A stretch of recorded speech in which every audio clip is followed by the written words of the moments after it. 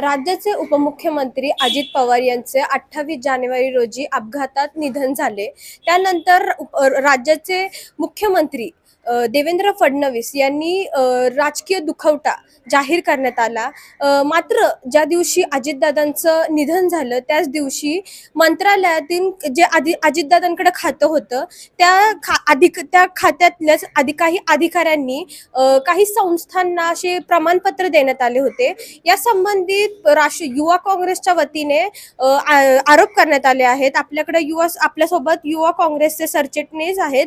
Sir, काय सांगाल? तुम्ही आरोप करताय, काय आहे नेमकं संपूर्ण प्रकरण? हे आरोप नाहीये.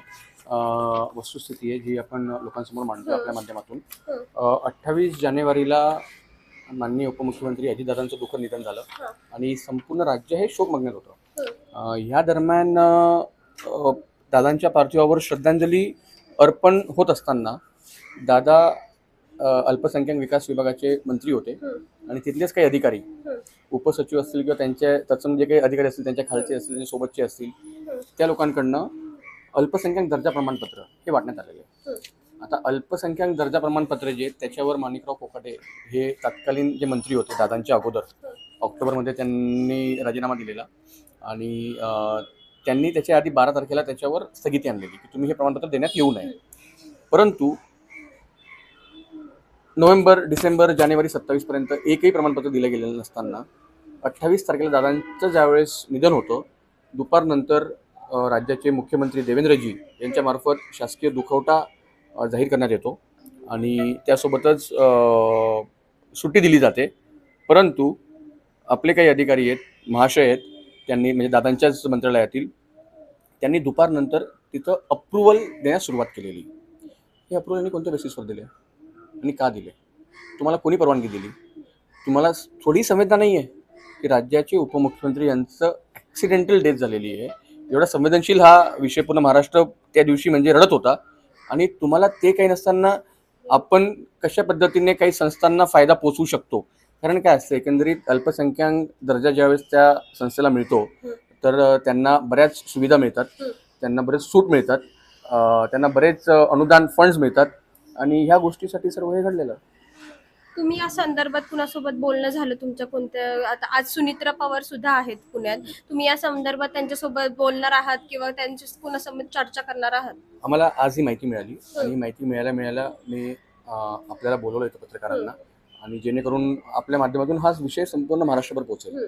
उद्या मुख्यमंत्र्यांना पत्र पाठवतोय, दोन्ही उपमुख्यमंत्र्यांना पत्र पाठवतोय आणि त्यांची वेळ घेऊन हे असे जे असंवेदनशील अधिकारी, कर्मचारी, लोक आपल्या शासन भरलेली आहेत, म्हणजे शासन राजकारणी चालवत नाही आहेत, तर हे जे प्रशासकीय जे काही लोक बसलेली आहेत ही लोक चालवत आहेत. काल आपण बघितलं असेल मंत्रालयात एका कर्मचाऱ्यावर अँटी करप्शनची रेड पडलेली. मंत्रालयात रेड पडायला लागली आहे.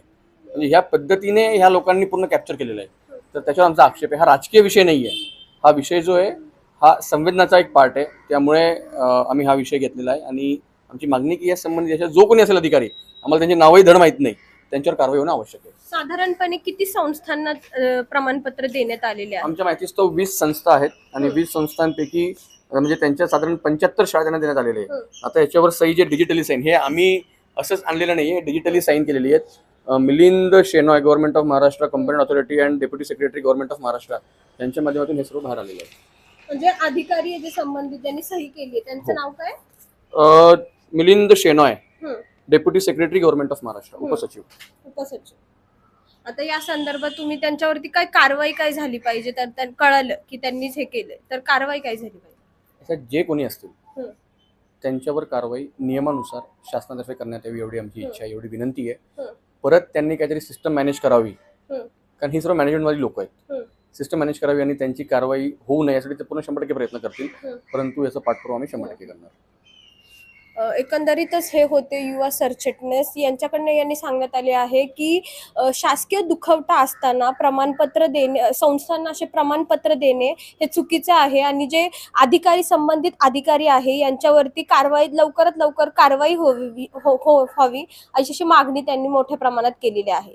पुण्याहून मी पूजा मालुसरे, न्यूज अँकर.